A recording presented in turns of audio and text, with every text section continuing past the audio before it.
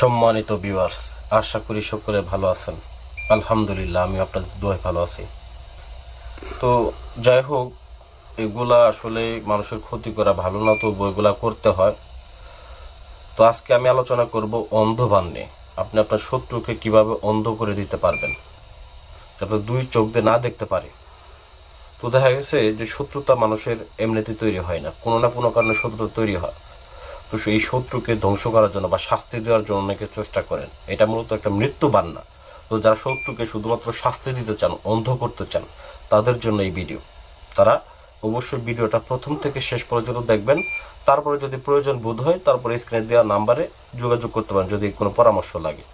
তবে ভিডিও সম্পূর্ণ না দেখে কেউ কল দিবেন না।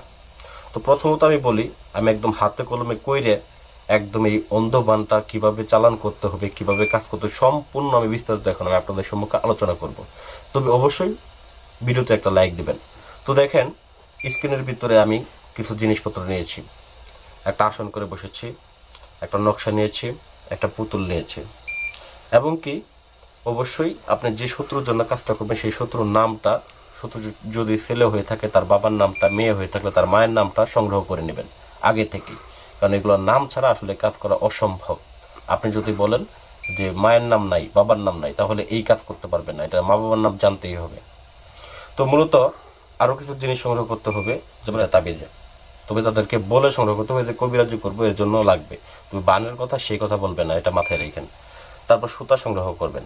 এই নকশাটাকে নেবেন, এই যে নকশাটা দেখতেছেন, এই নকশাটাকে আপনাদেরকে সংগ্রহ করে নিতে হবে। তো এই নকশার মাধ্যমে মূলত যাবতীয় কাজটা দেখেন। নকশার নিচে আমি লিখে দিচ্ছি নাম। এখানে আপনি শত্রুর নামটা সুন্দর করে লিখে দিবেন। তার নিচে নিচে শত্রুর বাবার নাম, শত্রুর যদি মেয়ে হয়ে থাকে মায়ের নাম সুন্দর করে লিখে দিবেন। এটা মাথায় রাখবেন। তো অতঃপর ভিউয়ার্স, এটা কিভাবে করবেন এখন আমি বলতেছি। অবশ্যই তার পূর্বে একটা কথা, যে আসনটা দেখতেছেন আপনি, আসনটা কিন্তু খুবই গুরুত্বপূর্ণ। আপনি কাজ করেন, আপনার কাজ হয় না, কেন হয় না? এর পিছনে মূল কারণ আছে। কারণটা হচ্ছে আপনি বসার আদব জানেন না, কিভাবে আসনের সামনে বসতে হবে সেই আদব জানেন না। আপনি কাজ করলে কিভাবে কাজ হবে?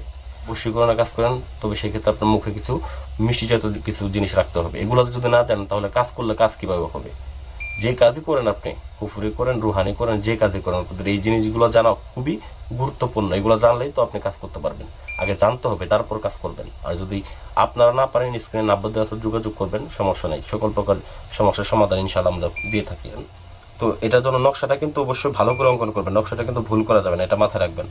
নকশা যদি ভুল করেন, সেক্ষেত্রে আপনার কাজটা সমস্যা হবে। ভক্তি সহকারে চোখ বন্ধ করবেন। চোখ বন্ধ করে মনে ভাববেন আপনার শত্রুর চোখের ভিতরে আপনি দিতেছেন চোখটাকে অন্ধ করার জন্য। এটা মাথায় রাখবেন। এরকম করে যে আপনার শত্রুর চোখকে আপনি অন্ধ করতেছেন, যে শত্রু আপনার চিরশত্রু, যার ফলে আপনার ক্ষতি হইতেছে, নাম মনে মনে ভাববেন।